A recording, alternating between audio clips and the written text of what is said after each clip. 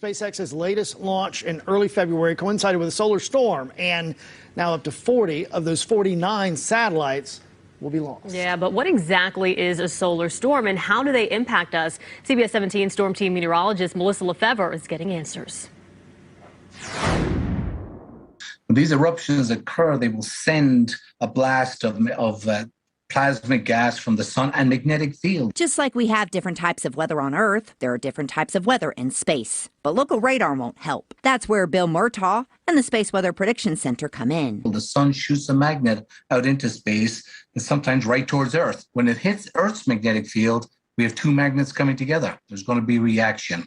That's what we described, how we describe a geomagnetic storm. Murtaugh says the geomagnetic storm that impacted the SpaceX launch was moderate, a level 2 storm on a scale of 1 to 5. This geomagnetic storm didn't impact the satellites already in place, but it did heat up the upper atmosphere that the new satellites would be traveling through. The expansion of the atmosphere increased the drag on the satellites. But this particularly launched, because it was the launch phase, they let them loose at around 210 kilometers, and then they begin this process to get up a couple of hundred kilometers higher. Well, that location, a couple of hundred kilometers, that's where the density was pretty bad, and they just couldn't escape to get up there, and they lost 40 of the 49 satellites. So it was all to do with the density of the environment right when those spacecraft, when they're released. Major geomagnetic storms can cause major disruptions to our technology, including the power grid. The electric power grid across this country has some vulnerability, and we're doing a lot, working very closely with power grid owners and operators